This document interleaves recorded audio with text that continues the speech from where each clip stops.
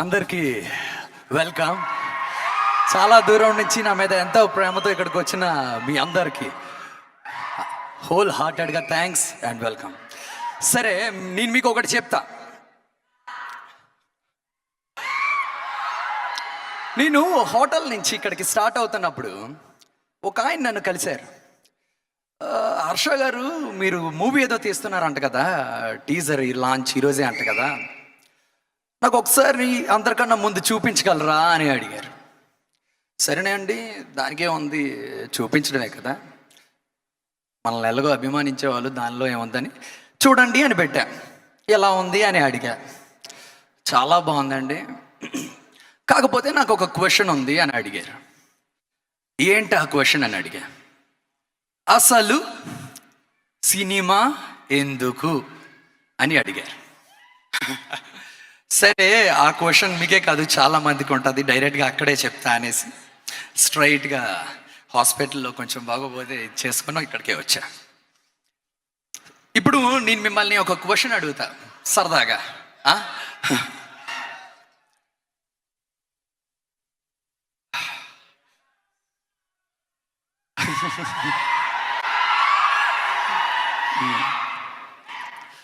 మీరు చిన్నప్పటి నుంచి ఎంతో కష్టపడి గుర్తుపెట్టుకోవాలి అని చదివిన లెసన్స్ ఎన్నో ఉన్నాయి, అవునా? స్కూల్లో, కాలేజ్లో, అన్నిటిలో. అవి మీకు ఇప్పుడు ఎంతవరకు గుర్తున్నాయి? ఏం గుర్తుండవు కదా. కానీ ఒక్కటి చెప్పనా, మీకు అప్పుడే ఊహ తెలిసినప్పుడు దాహం వేస్తుందని ఆ నీళ్ళు కోసం ఒక కుండలో కాకి రాళ్ళేసి పైకి నీళ్ళు వచ్చాయి, తాగింది అన్న కథ గుర్తుంటుంది. ప్లస్ మీరు చిన్నప్పుడు చూసిన సినిమాలు గుర్తున్నాయా లేదా?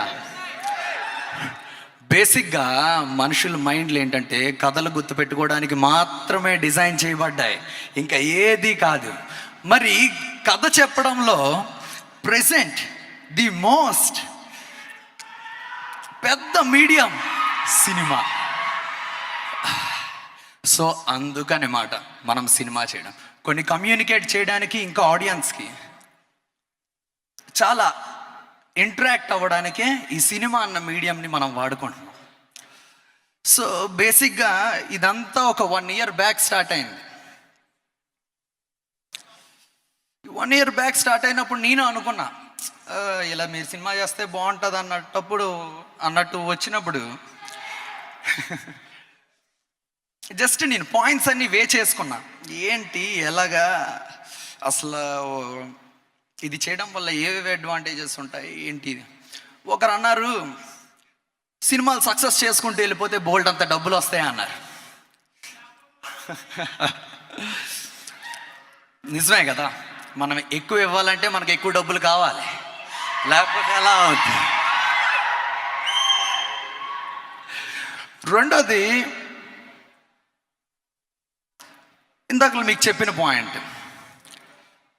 మంచి స్టోరీస్ని, ఫిలాసఫీస్ని, ఐడియాలజీస్ని ఆడియన్స్కి కమ్యూనికేట్ చేయడానికి సినిమా అన్నది ఒక మంచి మీడియం అవుతుంది అనేసి రెండో పాయింట్ వచ్చింది. మూడోది ఏంటంటే, చాలామంది టాలెంటెడ్ అండ్ యంగ్ యాంటిసిపేషన్ ఉన్న వాళ్ళకి స్పేస్ని కలిగించే లక్ మనకు వస్తుంది. ఇది చారిటీ కాదు, ఆ స్పేస్ని ఎవరికి ఇవ్వరు, వాళ్ళ టాలెంట్ని చూసే ఇస్తారు. కాకపోతే ఆ ఆపర్చునిటీ మనకు కూడా ఉంటుంది, ఒక డైరెక్షన్లో అవనివ్వండి, ఈ విషయంలో. సో ఇలా అన్నీ ఇది చేసుకొని అప్పుడు డిసైడ్ అయ్యి చాలా క్యాలిక్యులేషన్స్ చేసుకొని స్టార్ట్ చేయడం జరిగింది. మీకు ఎలా అనిపించింది టైటిల్ టీజర్?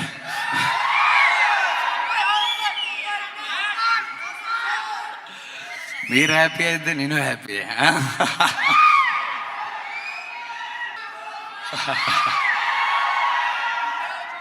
సో అలాగా అంతా స్టార్ట్ అయింది. చూద్దాం మనం ఎంత దూరం వెళ్తామో.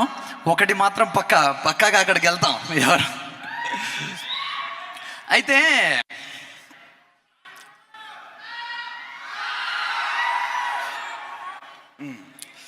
సో అలా ఇదంతా స్టార్ట్ అయింది. అండ్